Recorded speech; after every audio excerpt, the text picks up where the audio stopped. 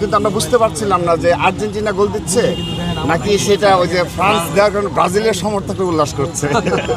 তখনকার আসলে ফিলিংসটা কেমন ছিল? দেখতে পাচ্ছেন না কিন্তু হৃদয়ের দল আর্জেন্টিনার ফাইনালে অনেক কষ্টজনক, অনেক কষ্টদায়ক ছিল এবং যারা কারারও কিছু তাদেরকে আমরা রাত 12টা পর্যন্ত 1টা পর্যন্ত ওয়েট করছি যে তারা শিফট চেঞ্জ করে এসে আমাদের কিছু জানাবে, কিন্তু সেদিন আমরা জানতে পারি না। আমরা সকালে উঠে জেনেছি যে হ্যাঁ আর্জেন্টিনা জয়লাভ করেছে। জেলখানায় বসে পরদিন জানতে পারলেন যে আর্জেন্টিনা চ্যাম্পিয়ন হয়েছে, তখনকার ফিলিংসটা আসলে সকালবেলা তখন তারপরে তো মিষ্টি বিতরণ এবং পুরো মাঠ জুড়ে আমরা করেছি। মনে কি হচ্ছিল যে আপনারা জেলে আছেন?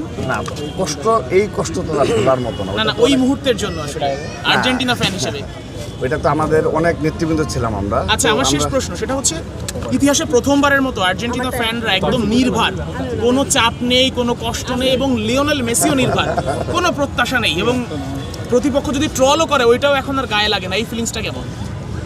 অবশ্যই বাস্তবতা কি, ফুটবলে কিন্তু যাই বলেন না কেন ব্রাজিলের একটি নান্দনিক ছোঁয়া রয়েছে ফুটবলে, এটি অস্বীকার করার কোনো সুযোগ নেই।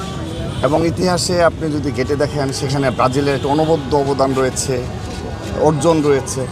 তারপর আপনি ফুটবলে যদি আরেকটি প্রিয় দলের কথা বলেন সেখানে জার্মানির নামটি উল্লেখ করতে হবে, যে গতিময় খেলার যে ফুটবল সেটি কিন্তু জার্মানি, এবং এই বিশ্বকাপেও আমার মনে হচ্ছে জার্মানি অন্যতম খেলোয়াড়, হয়তো বা জার্মানিও কিন্তু আর্জেন্টিনা নিয়ে আপনার প্রত্যাশা কি এই বিশ্বকাপে? অবশ্যই অলওয়েজ, মানে আমরা তো সেই ছোট থেকে কাপ জয়লাভ করতে না পেরেও আর্জেন্টিনা করেছি, সেহেতু এখন তো আল্লাহর রহমতে আশা করছি যে অবশ্যই আমরা এবার জয়লাভ করব। আর গতবার জেলে বসে ফাইনাল ছিল, আপনি জেলে ছিলেন, আর এইবার কি প্রত্যাশা করেন যে একদম সরাসরি বড় পর্দায় বসে ঢাকা বিশ্ববিদ্যালয়ে ফাইনাল দেখবেন টিএসসিতে?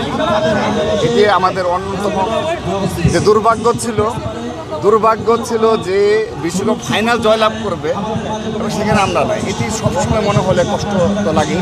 এবার আশা করছি অবশ্যই বিশ্বকাপ ফাইনাল উঠবে এবং টিএসসিতে বসে খেলা দেখবো, এটা